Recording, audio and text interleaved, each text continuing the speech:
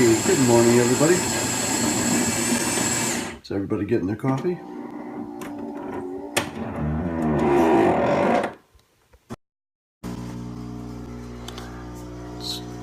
Good morning. Hey, what time is Hillary Clinton's big speech about the alt-right? Does anybody know?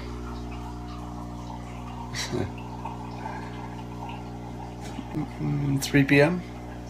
3 p.m., 10 a.m. 10 a.m. for me?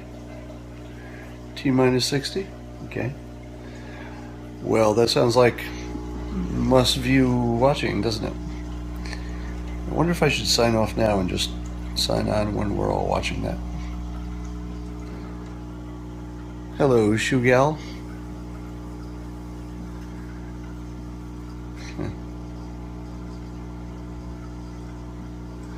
Starts in an hour? Okay. Did everybody read my blog today?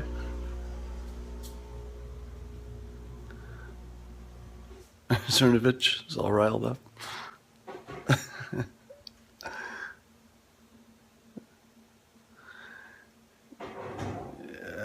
You like watching me watch TV? You know, I don't have anything to say about Farage. I haven't really paid attention to him. I am not part of the alt-right. I'm not sure what it takes to be part of the alt-right, since I'm not exactly sure what it is, but I'm not a joiner. You just got my book? Good. Thank you for getting that. I hope you like it. Was Bannon a mistake? Well, it depends. It depends how he does. It's too early to say. You suffer from confirmation bias, probably. What part of it? She'll be mentioning Nazi frogs. Where did the frog come from, anyway? You finished it? Thank you. Thank you. You don't like the word the softening? Well, you know that the softening was sort of a trap, because as soon as you hear the softening, you want to make naughty penis-related jokes, and if the other side started making naughty penis-related jokes, they would further degrade their brand more than they have. But don't you think it's true that we've seen a complete reversal of the reputations of Trump and Clinton? Not their reputation so much as their approach. So today you're going to see Clinton go full insult.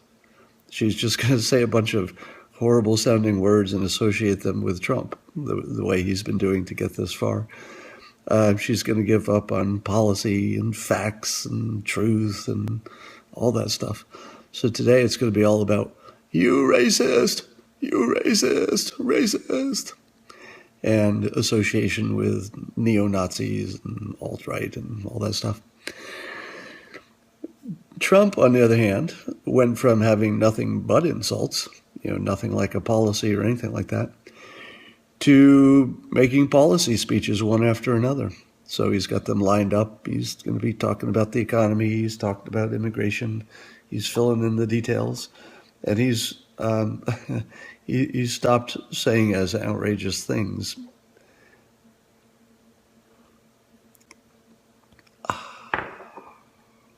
Is Pepe the name of the frog?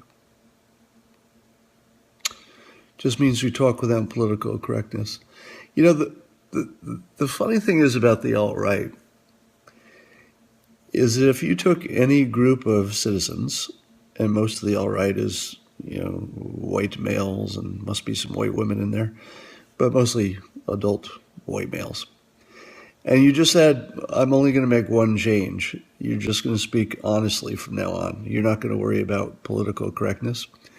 It wouldn't matter who that group was. They would sound like horrible racists, right? So if you took a group of African Americans, a group of Hispanics, Latinos, a group of anybody, and you just said, from now on, just say whatever you're thinking. Don't filter it at all. How much do you think you would like that group? they would be terrible.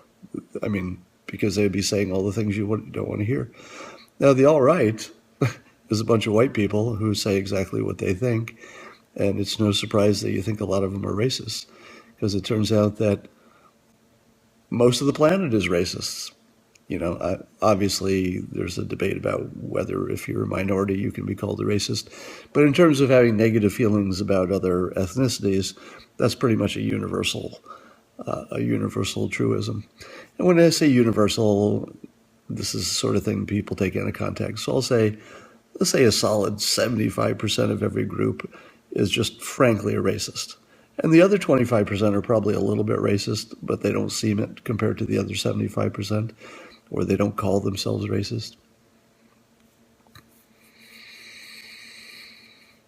I'm not a racist. The reason I'm not a racist is because I think we're all software, and zeros and ones are all equal. There is a big difference in terms of how effective someone is in some situation, but we're not good at predicting that things.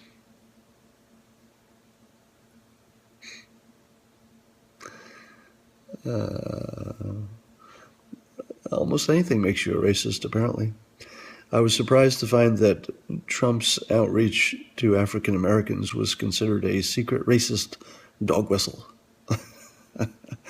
So if he ignores them, he's a racist. If he says, "I'd like to help you guys," well, then he's a secret super racist. Worse than a racist. He's a secret super racist. He doesn't self-identify.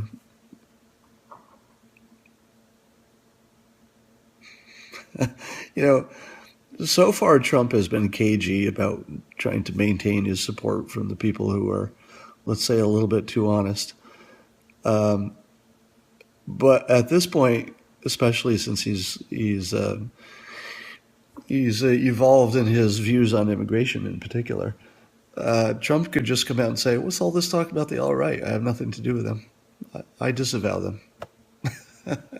In fact, let me ask you this. How many of you identify as being alt-right? I know there's a bunch of you on this right now. So just tell me, do you identify as being in the alt-right? No, not me. Don't know what it is. That's what most people say. I don't know what it is. Somewhat. No. Yes. All right, we got one yes. No. You're friendly to it. No. Yes. Not familiar. No, not sure. Yes. All right. So we have enough alt-right people here for me to ask the question. All right, and this is just for the alt-right people. If Donald Trump, who most of you support, I believe, just statistically speaking, the alt-right likes Trump. If he were to come out and say, "I disavow you. I disavow the alt-right," would you care? So answer that question for you. Let's say you're in the alt-right, and Trump comes out and says, "I disavow them.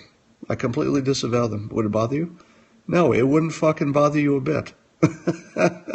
It wouldn't bother you at all. So he can. He has a free pass to say, "You know what? Everything Hillary said about that group, that's pretty scary stuff. I disavow them." End of the story, right?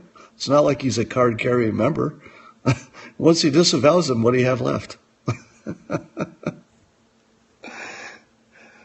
I mean, the point is, if we're all adults, none of us agree with anybody, exactly. There's nobody, look at this Periscope, 450 people on here. How many of them do you think I agree with politically? None. Probably none. There's probably not one person here that I agree with, right down the line. How many people on here who would, loosely be considered my followers or fans? I don't like to use that word, but just for convenience. How many of them have horrible opinions and practices, and how many of them have committed crimes in their past that I would be horrified of? All of them. Every one of you. You've all done things that would horrify me if I knew about them. Maybe not recently, but you've all done horrible things in your past. Should I therefore not allow you to listen to me on Periscope? If I'm if I'm running for president, should I not allow you to vote for me if you want to? Murder one? Do we have somebody? Do we have a murderer on here? You love killing my grandmother. I would have loved it too. I disavow you. I disavow all of you.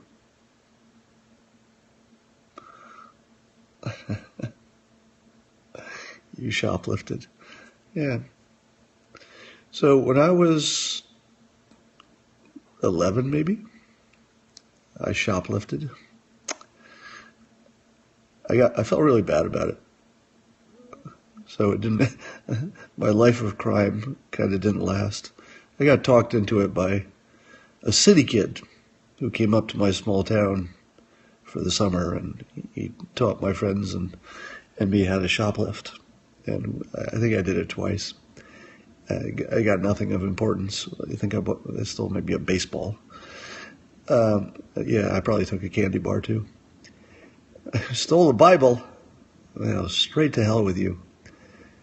But I felt so bad about the whole thing that it completely ruined my life of crime.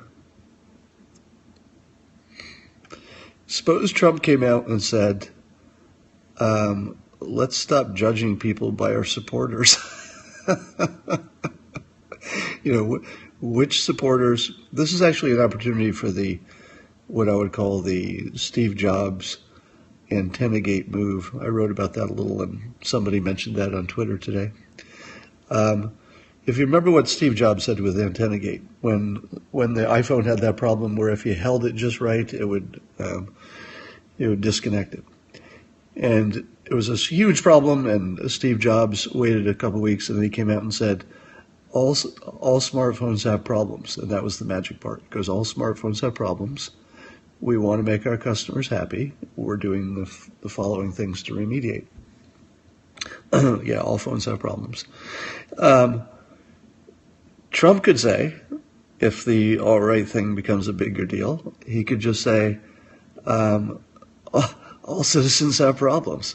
You know, there's probably, out of 300 million people, there's probably no one that I agree with completely. The way democracy works is that you have to get votes from people you like and people you don't like as well. And just laugh about it. And just say, I would say just embrace it and say, look, you know, if you get, how many people vote? I don't know. If you get 40 million votes, how many of them are people who haven't done something wrong? The point of life is to improve, right? We all started bad and we're trying to get better. We've all made mistakes. We're trying to avoid them.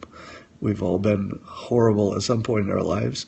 We're just trying not to be that person anymore, or we should be. So, you know, did Trump make mistakes in his past 40 years ago? Did he do something that he got sued for that maybe he should have been sued for? I don't know. But I don't care, because if you're not any better than you were 40 years ago, you're dead. All right? We're all better than we were 40 years ago.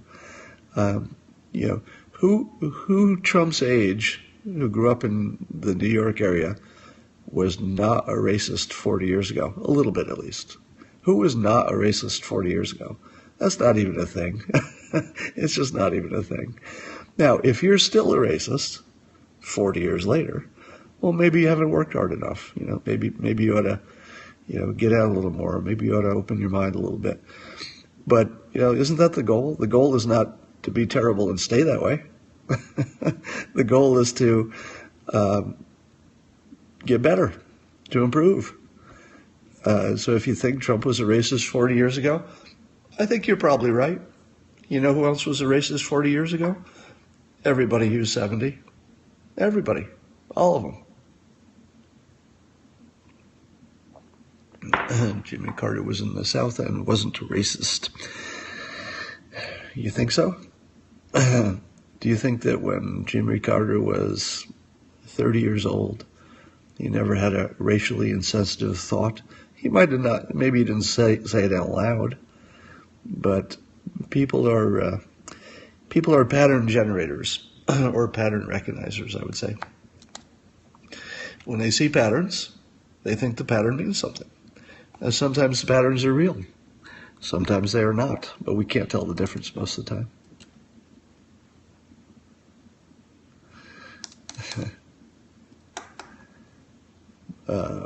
We are all naturally racist. We're naturally pattern recognizers. That's how your brain is formed. So bias is essentially human intelligence. So if you have human intelligence, it means that you're looking for patterns, you recognize them, and you try to figure out which patterns are real and which ones are false. But we're not very good at that. The smartest among us, we're not very good at recognizing patterns and using our rational brain to overcome them. We just don't have that skill. So instead, some of our patterns are real, and a lot of them are not. If you didn't have bias, your brain would be broken. Now, I guess the goal of improving, being a better human, is that you try to find ways to recognize your bias, and you try to find ways to overcome it with rational thought and reason to the extent that you can. I mean, I don't think we're rational most of the time, but in small ways and on the margins, we can use our rational brains to be better people. Yeah, it's one thing to be biased. It's another thing to be prejudiced. And then it's a whole other thing to discriminate. So you can have lots of, bad pattern recognition, lots of bias in your head. But if you say to yourself, maybe I better keep that to myself, or the world is not a better place if I express this in action, that's probably as good as you can do. All right? That's probably as good as you can do. And if there are people who have somehow managed to remove the mechanism of pattern recognition and what comes with it naturally, which is some of the patterns are false, and therefore you get a bias that isn't fair, if you could remove that from your brain, you wouldn't have a human being anymore, because pattern recognition is the only thing that drives our decisions. Oprah is nowhere to be seen this election. Interesting. I never thought about that. But Oprah has been under the radar for a while now, so I guess that's not too surprising. Yeah. Nature built us so that we would prefer our own kind over others. And if you think about it, it's why you prefer your family over the people in your town. It's why people who get married tend to marry the people who look like them in some way. Most terrorists are young Middle Eastern men. That's the pattern. But if you were to treat all young Middle Eastern men as terrorists, you would be wrong.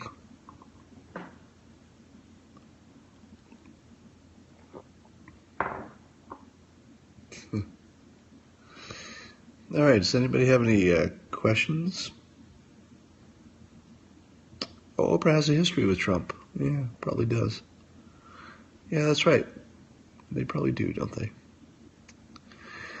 I haven't seen the alt-right speech yet, but I did talk about that.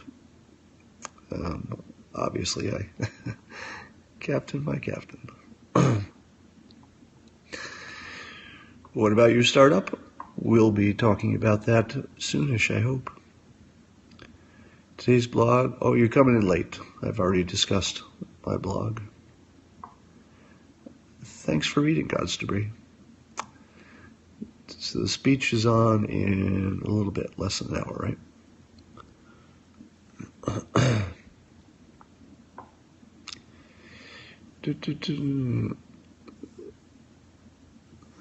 I think it does. So here's why Hillary's alt-right speech is brilliant. Brilliant persuasion. Forget about truth and data, forget about common sense, forget about the fact that bad people vote for candidates, and that doesn't mean the candidate is in favor of the bad people. And I'm not saying the alt-right is all bad people, I'm just saying that's how it's going to be portrayed today. It's brilliant persuasion, because the more confirmation bias you can throw out there, the more people will see this false pattern of Trump being a racist at every turn.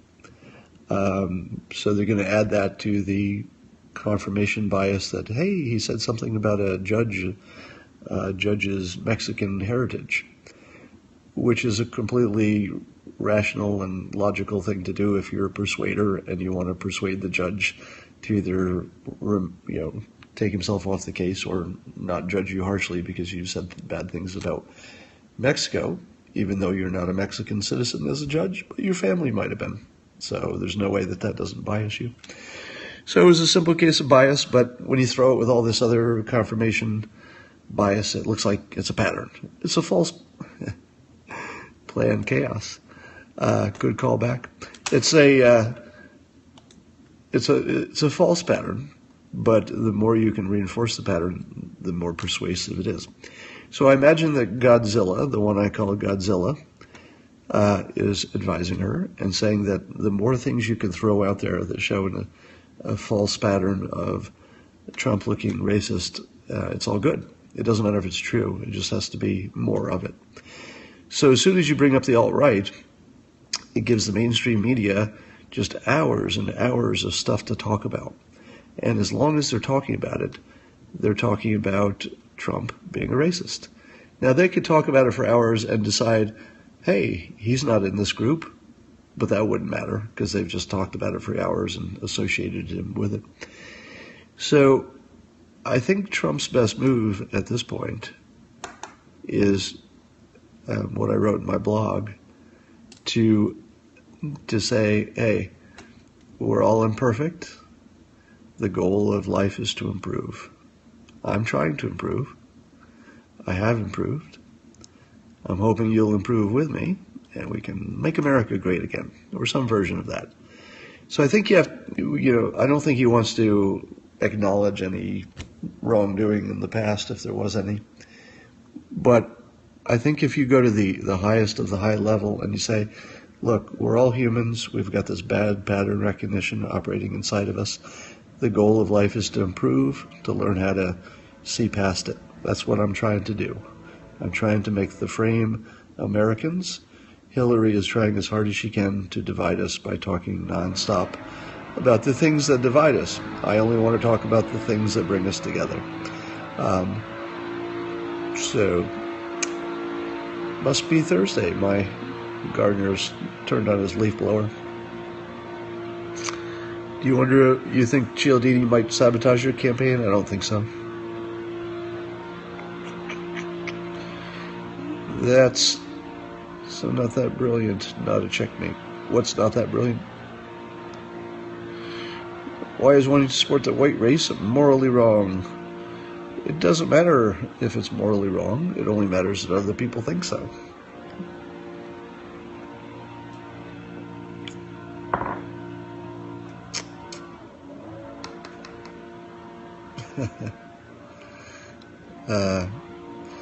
Hillary's attack on the alt-right. Yeah, we've been talking about that.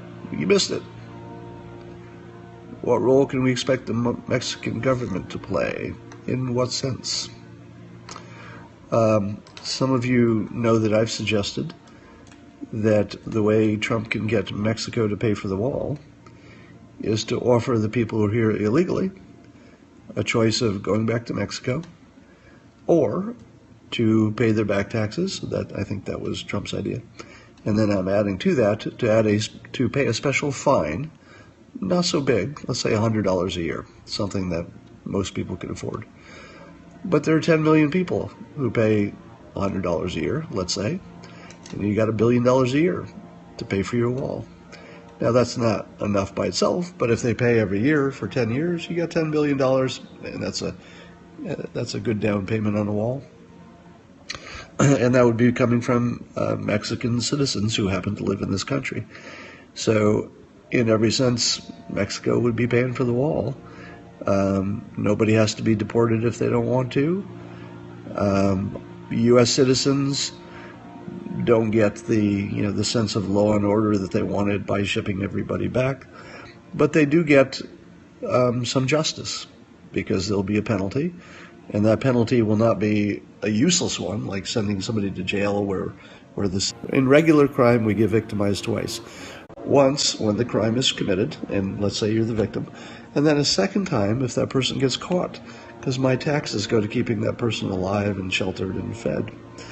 But imagine the case with the illegal immigrants from Mexico. Suppose they started paying their way as their penalty. Well, now I'm not paying for them to be in jail. Far better, they're paying me.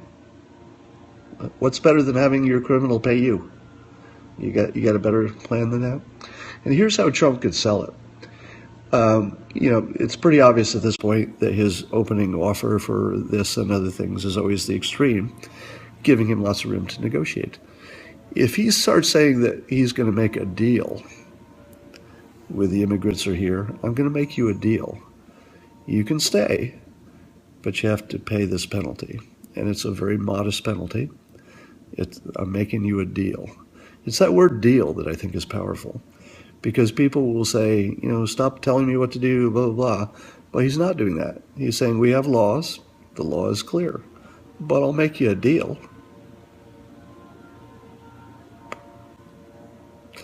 Make a deal and many of you stay home. It's probably true. But if he doesn't make a deal, he loses for sure.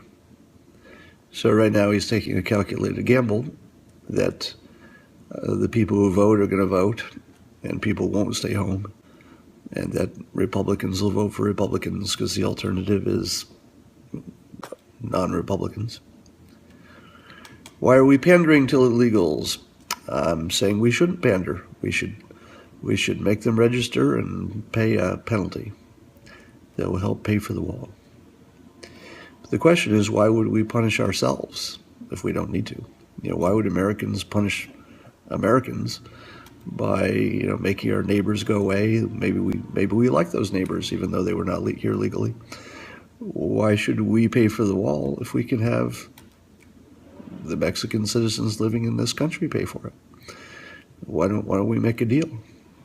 Why don't we make a deal where everybody wins? The deal is there, by the way. Let me tell you.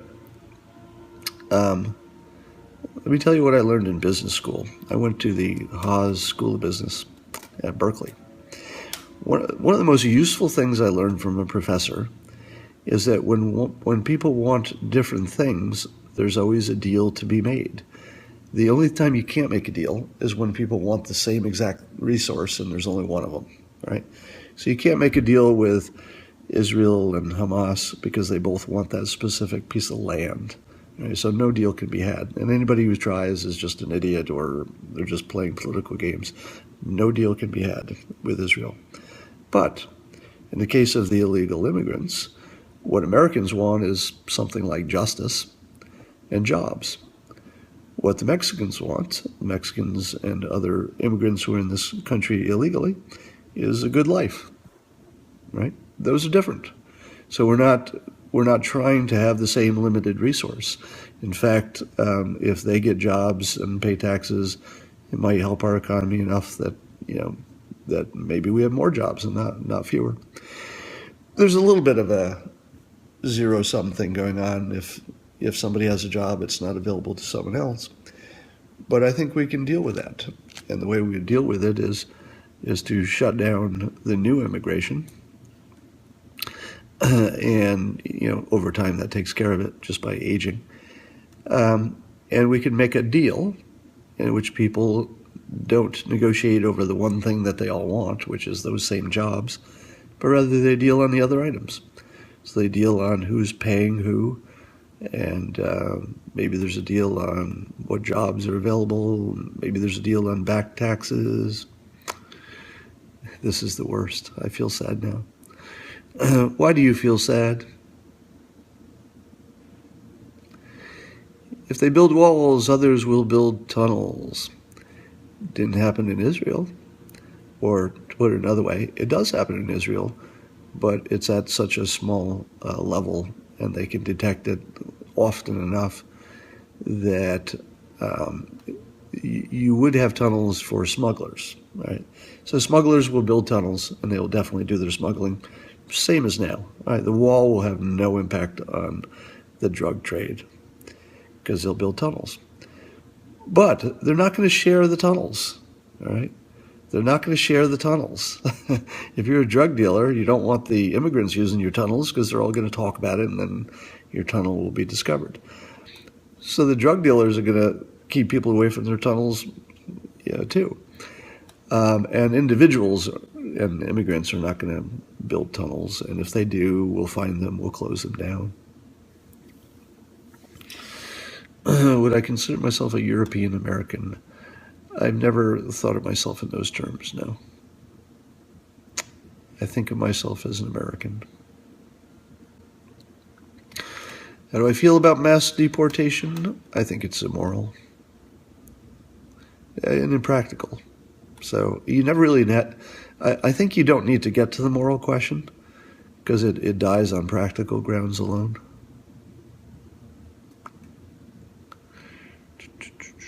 8% of the electorate. American doesn't mean much anymore? I disagree. Is mass illegal immigration immoral? No, because it's lots of individuals doing what's best for their family. Is it immoral to make me pay for invaders? It's undesirable, but that's why any deal would have to get the immigrants to be paying their own way, basically. Would you have joined Trump's team if you weren't paid? What's that mean? Deporting? Yeah. So it's totally possible that people can be following their moral impulse and be in conflict with each other. So that's a situation where there's a limited resource and people are fighting for it. In those cases, you can't make a deal. Somebody has to win and somebody has to lose. But there are, I imagine, plenty of illegal immigrants in this country who are paying their own way.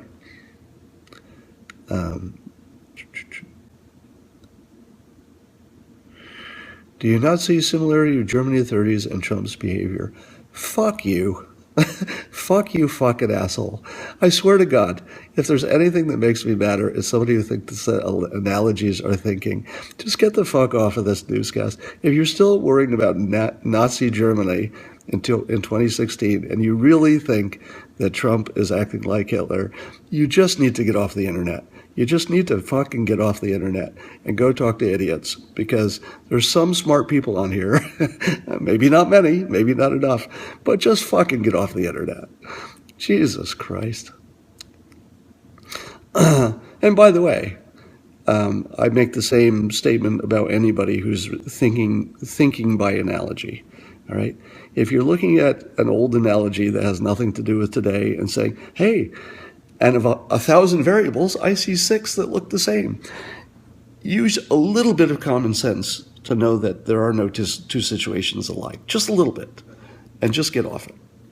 All right? And I would say the same thing to anybody. It doesn't matter what side you're on. If you're using an historical analogy to predict the future, you're a fucking idiot. You're a fucking idiot. There's no other way to say it. If you're thinking by analogy, you're a fucking idiot. But that's similar to what I've called word thinking, word-thinking. Word thinking is where you take a label and then you try to force people into it, even if all the variables don't line up. Now, sometimes all the variables do line up, but usually not. So if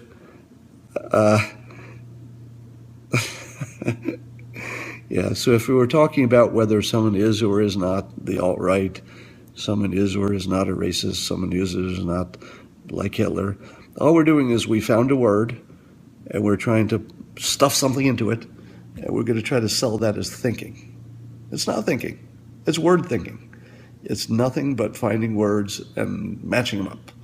All right? So if you're using analogies or you're using word thinking, you're not thinking. Now, by the way, let me say more about analogies because I use them all the time. There is a context in which analogies are perfectly acceptable, and that context is when you're explaining something to someone for the first time. So if you said, for example, let me explain a zebra to this alien who's never seen a zebra, but maybe they've seen a horse. So you say, okay, a horse or a zebra is like a horse, but its colorings are different and lives in Africa. All right. So that in that case, saying that something is like something else is just a quick. You're saying, hey, let's put horses in zoos because a horse and a zebra are a good analogy to each other. Well, then you're just being an idiot because nobody wants to go to the zoo to see a horse. All right. So again, analogies, very good, very useful as shortcuts to explain something new to someone who hasn't been exposed to it for the first time. That is the complete limit of what an analogy can do for you. It can do nothing else. It can't predict the future. It can't find reason. It can't decide who's right. It can't do any of that. All it can do is show the world you're a fucking idiot. Communism. If money was no object, which candidate would you have advised? Under this scenario, does the candidate follow my advice? Because if they follow my advice, then it doesn't matter. Either one of them would be fine. If they don't follow my advice, and money's no object, I'll take the money from whoever paid the most. Because since they're not following my advice anyway, I might as well get paid.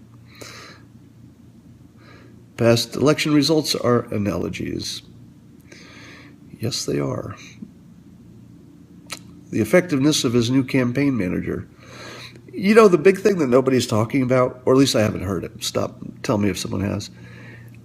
So Kellyanne Conway, if I said the name right, his new campaign manager, she has a lot of things going for her. She's smart, she's experienced. It seems she's doing a great job moderating his rough edges at this point. But the other thing she has going for her is that she's a woman. And she is cute, but I don't think that's relevant to the conversation. I think it makes a difference because people are starting to see the race as, woman power and Clinton against man. But now everybody's, even Trump's opponents are saying that Conway is making a big difference. And if that's true, then Clinton is running against a man and a woman. And that's a little different, all right? She's running against a man who's taking the advice of a very qualified woman. And guess what? It's working pretty well. So I think that's a big deal. But have you heard anybody talk about that? First ever female campaign manager. I didn't know that. Corey referred her to Trump. Probably so. I've heard people aren't happy with her. That would be true of everybody. I bet you couldn't find a campaign manager that doesn't have some people bitching that they don't have enough access and their ideas have not been taken seriously and blah, blah, blah. You're so horny of me. Good to know. You're livid with her softening of Trump. Well, if you want him to win, it's the only way it's going to happen. First Republican female, okay. What would it take for me to pick a side? Oh, that's a good question. Let's talk about that. What would it take for me to come off the sidelines and pick a side and just come down and say, I believe one of these sides is better? The issue here is, would I want to, first of all, give up whatever credibility I have by picking a side.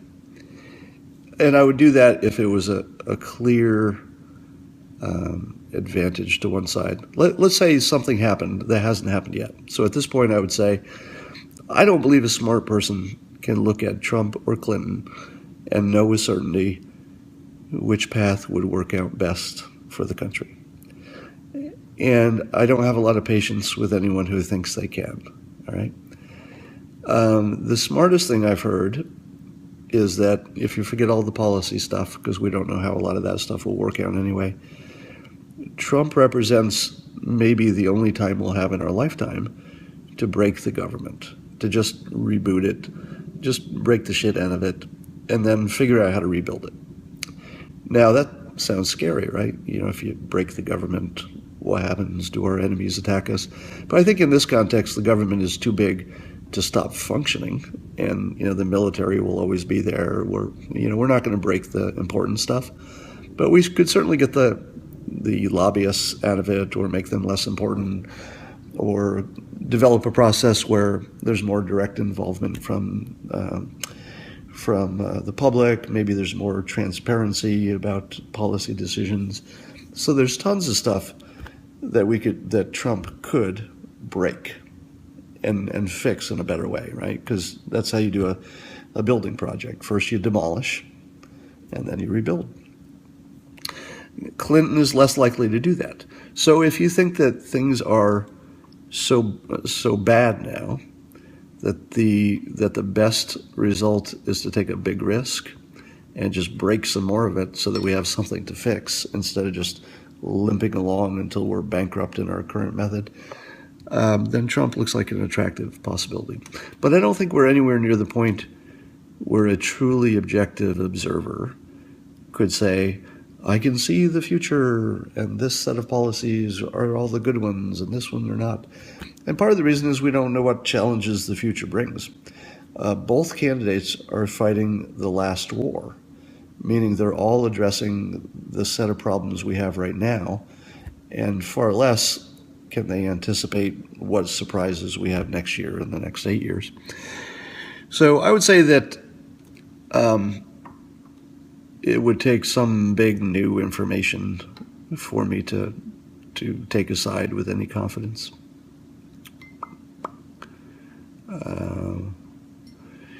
The WikiLeaks could make a difference, but I don't think they will. I think that they're going to be overrated, and that they won't make a big deal.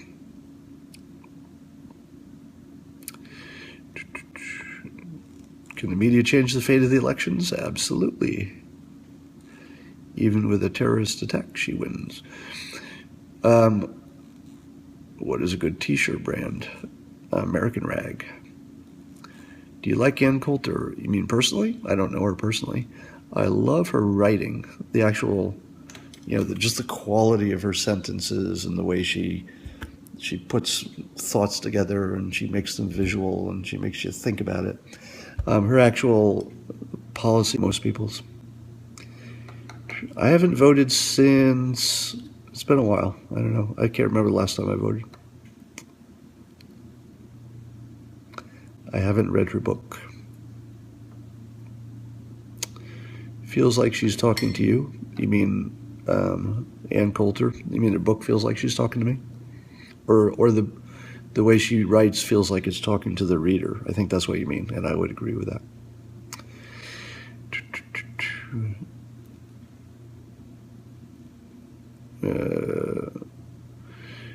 Fear of exerting executive power. Well, hasn't Obama issued tons of executive decisions? I think that's just the future. I think presidents are just going to do that. So, yes, Ava Braun.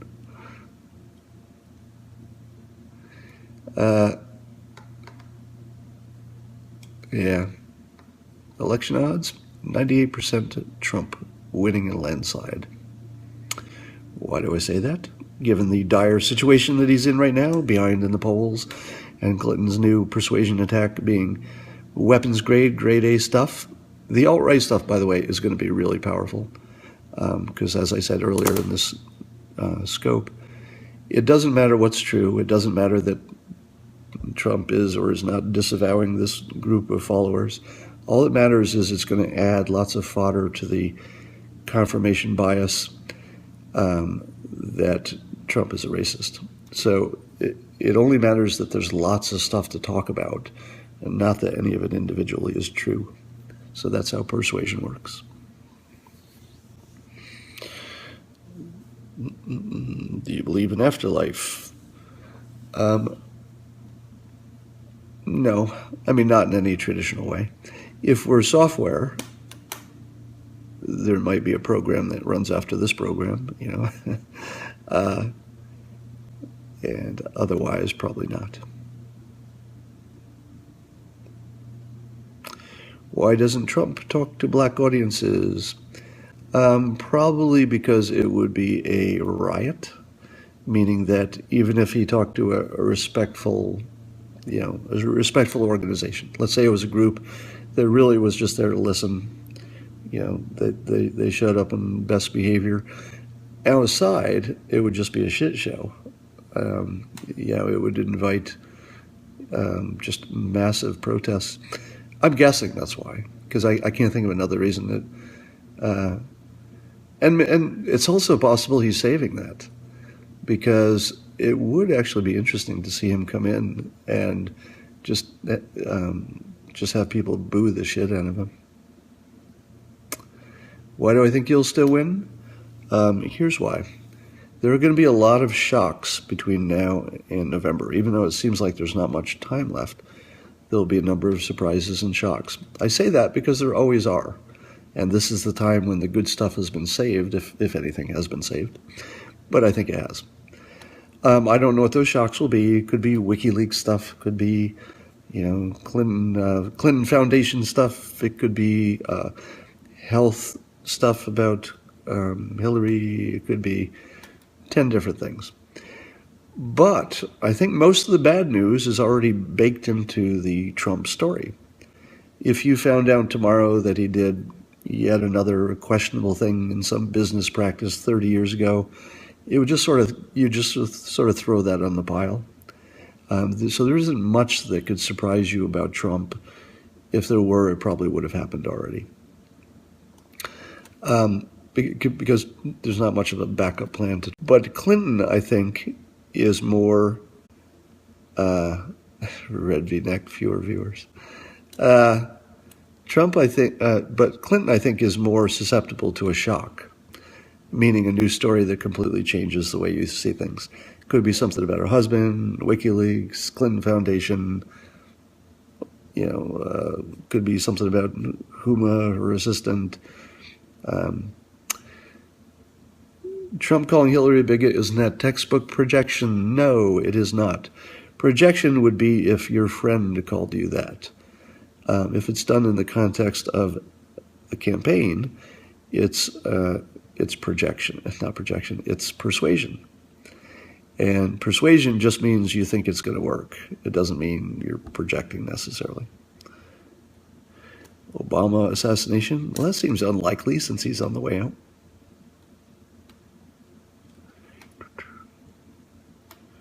Self-sabotage. What is?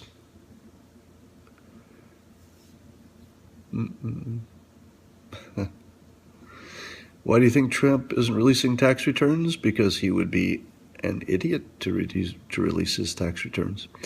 If he releases his tax returns, Michael Goodwin article. That's weird. Mike Goodwin is the name of the guy who named Dilbert. He was my boss at Pacific Bell. I'm sure I was talking about something else, but I forgot. Is Trump's life in danger? Of course. Self-sabotage. Hillary's pay to play with. Is it self-sabotage or hubris? I don't know. I don't understand that question. Why Trump doesn't release his taxes?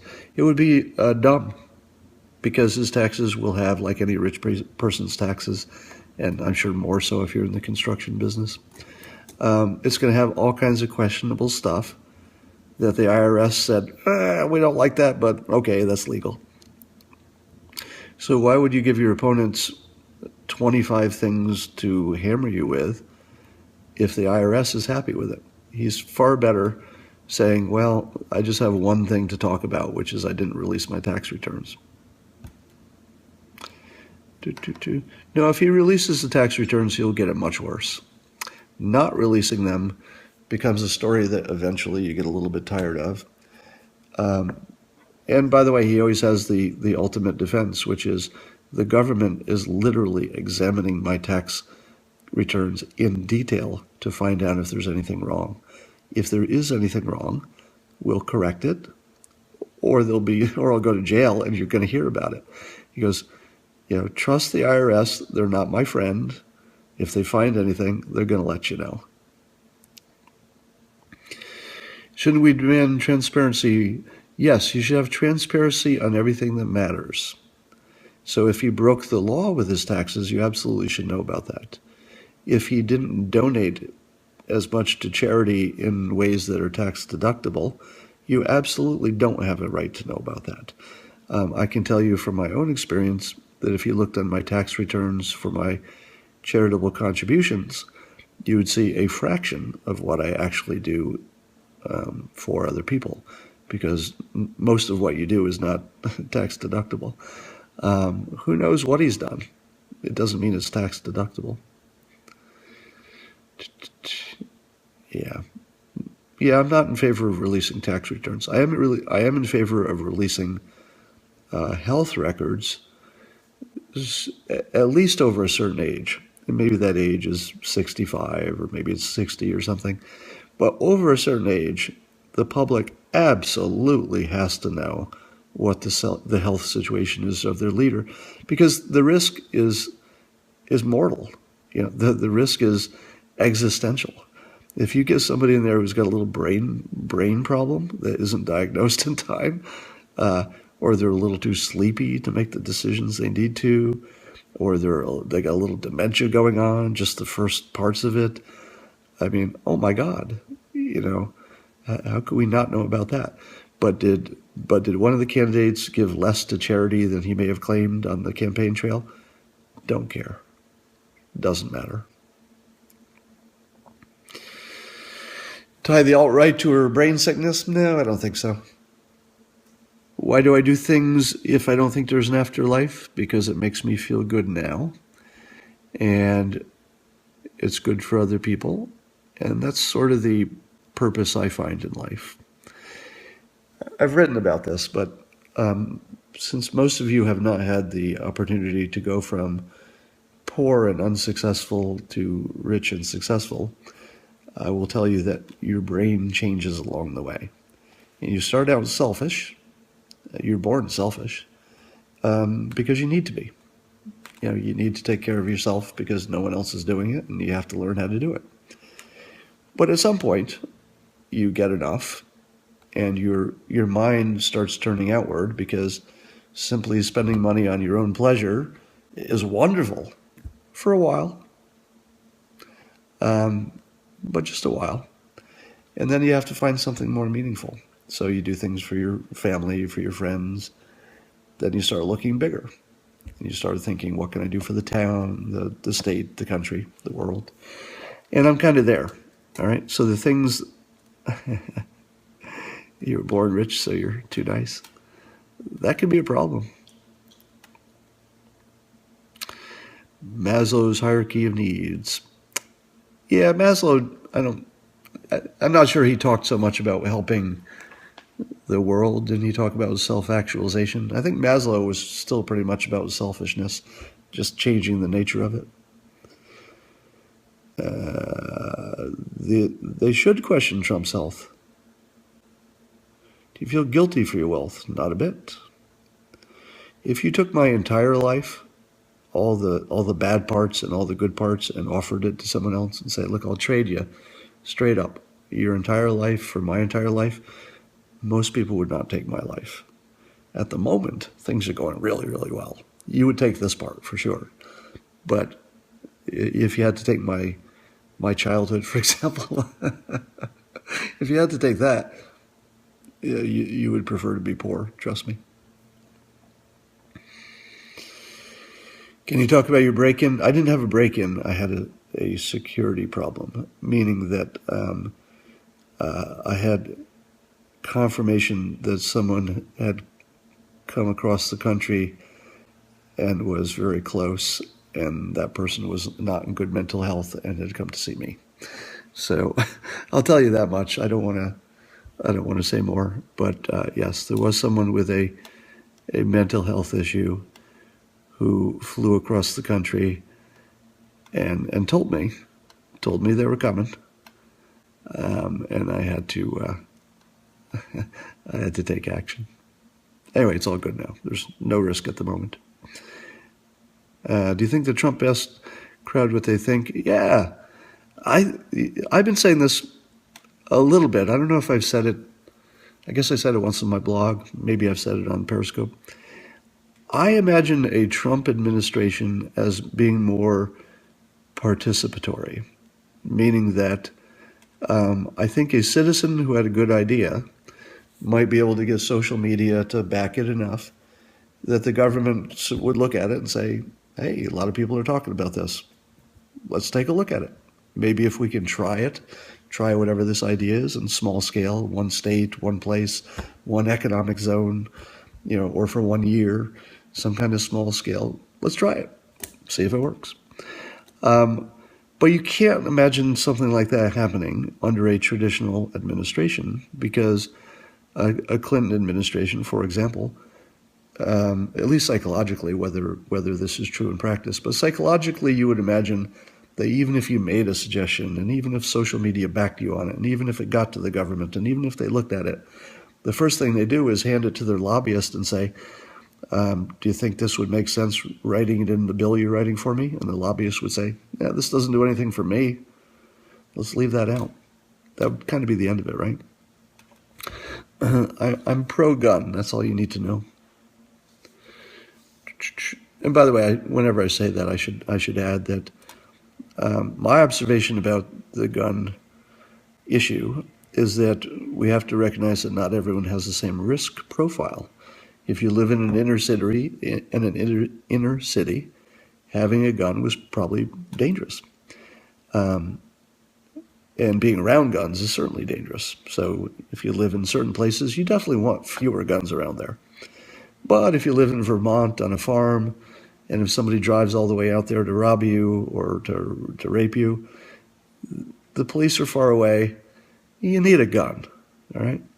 If you're a celebrity and you don't live behind a gated fence and you don't have enough security, or you go out in public a lot, you might need a gun, all right? And you might need it for the right reasons, and it might reduce your risk.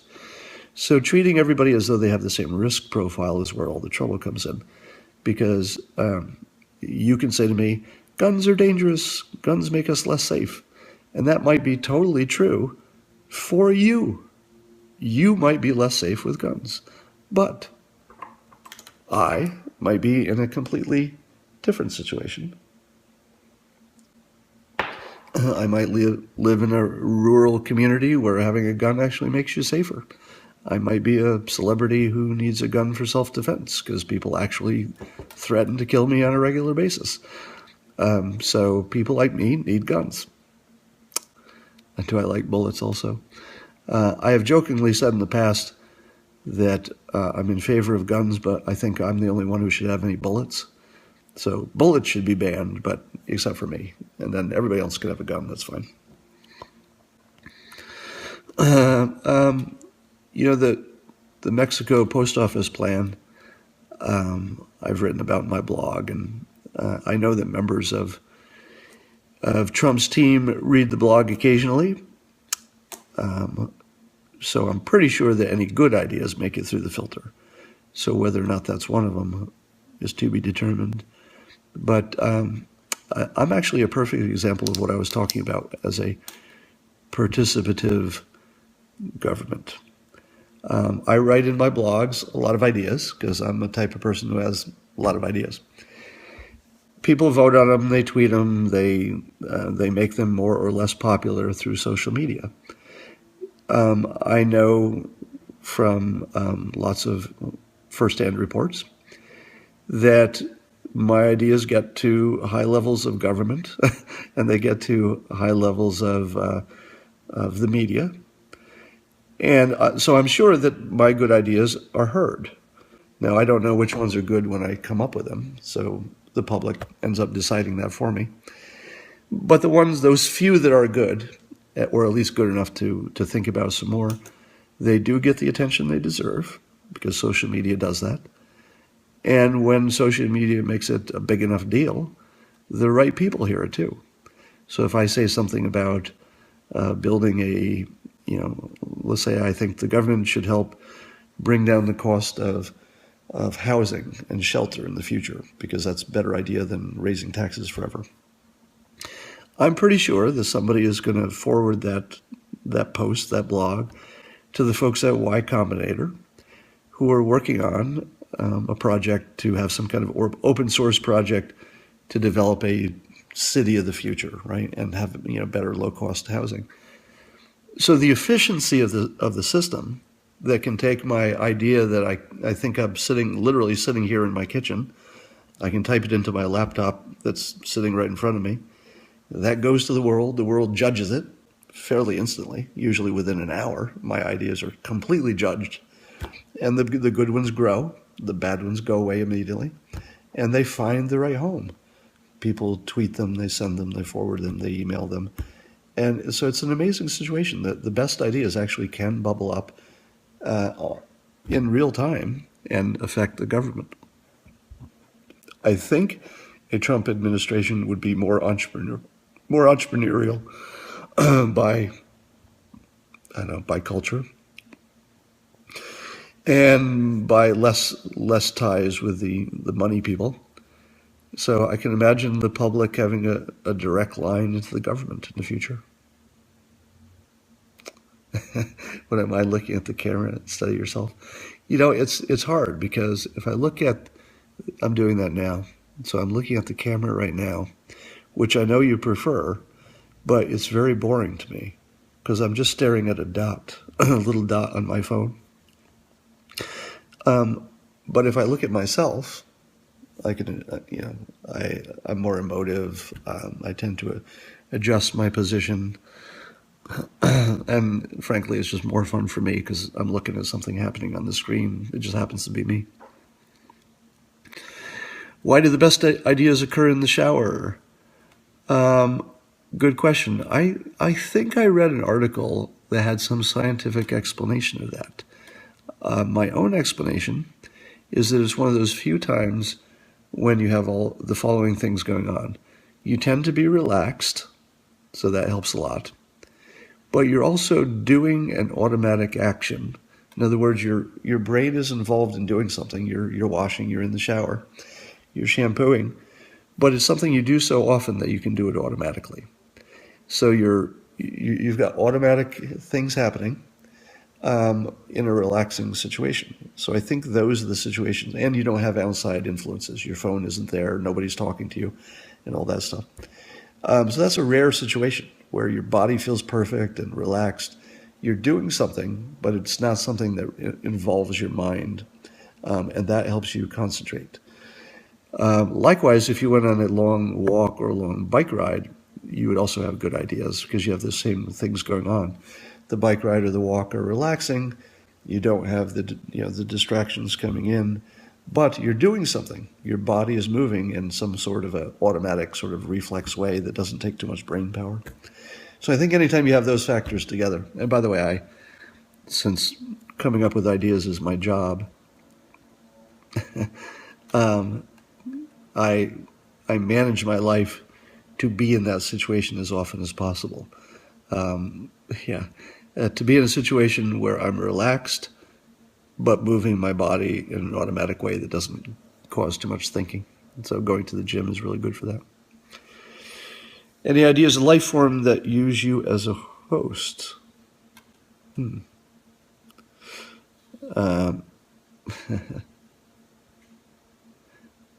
I remember the exact time and place you had your best ideas? I do. And I remember the moment I realized I was going to use the name Dilbert for the comic strip.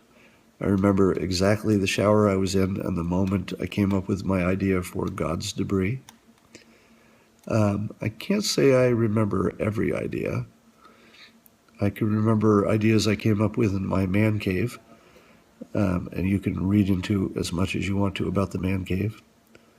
But let's just say it's a place where good ideas sometimes come out. How could empathy impact the alt-right attack? You like my voice? Thank you. I don't always delete old Periscopes, but I think they time out. I think they get deleted on themselves. I may have deleted my old ones at one point. Or a traditional shower. I usually just take regular showers, but I do have the body spray option. But I live in California, so doing a full body spray long shower in California is sort of like being a freaking communist. Even in the privacy of your own home, there's almost like a moral power that you can feel. In California, the persuasion to not use water is really good. Is next year really the 20th anniversary of the Dilbert Future? Is that true? That can't be true. Is it? Do ideas get better with age? I would say I have a very small natural lawn, which I water with my own well. So I don't use town water for my external stuff. Do I listen to Kanye in the gym? Sometimes. Just reading part of a book about voice tone, humming happy birthday. Yeah, that really works. The humming happy birthday. For those of you who don't know what we're talking about, there's a voice technique if you want to have a good voice and not have like a nervous, constrained voice. Let's say you're meeting somebody for the first time. Let's say you're going to be speaking in public and you want to get your voice quality good. One of the tricks is to hum the happy birthday song, but you hum it so that you feel the vibration in what they call the mask of the face up here. So that would be like this. I can't hum. So as soon as you hum, your voice is actually perfect, because humming is how you find your perfect mechanism. And so if you hum and then go right into talking, it takes you into a perfect voice. Tie still on? What's that mean? All right, I'm gonna go work. I gotta write a comic. I'm glad you liked the chapter on diet. You know,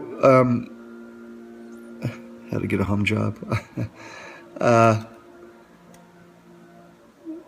I don't hear spasmodic dysphonia in your voice. I thought it was incurable. You are wrong. It is now curable through surgery. That's what this scar is. So this scar. So the surgery scar was made to fit a natural crease in my neck, so it wouldn't be as obvious. I'll show you the man cave in another time. It's pretty cool. You'll like it. It's in my garage. So yes, spasmodic dysphonia is a voice problem that I had a number of years ago, and it makes you choke, sort of. You spasm on certain words and sounds. So in the old days when I had it, and if I were trying to say I would like a Diet Coke, it would come out like this. I like Coke, and people wouldn't understand it, and you would get a regular Coke or no Coke at all. But I searched the earth and found the one doctor at the time who had developed a somewhat new and still somewhat experimental procedure in which he rewired the network from my brain, the circuitry, to my vocal cords. And apparently that nerve from your brain to your vocal cords runs through the front of the neck, so they don't have to go very deeply into your neck. It's just a pretty small incision. And then they cut those nerves. Dr. Berke, B as in boy, E-R-K-E, I think there's an E on the end, at UCLA, ear, nose, throat, whatever it is. So Dr. Gerald Berke, B-E-R-K-E. If you Google him and the initials NSDA, N as in neighbor, S-D as in dog, A, you'll find that he's on the board of the National Spasmodic Dysphonia Association, as am I. Anyway, he did the surgery. It took years of recovery to be able to speak as well as I do. And there are parts of the day when I don't speak this well. So if I'm tired or exhausted or something, my voice still is not as good. But at the moment, it's pretty good. All right.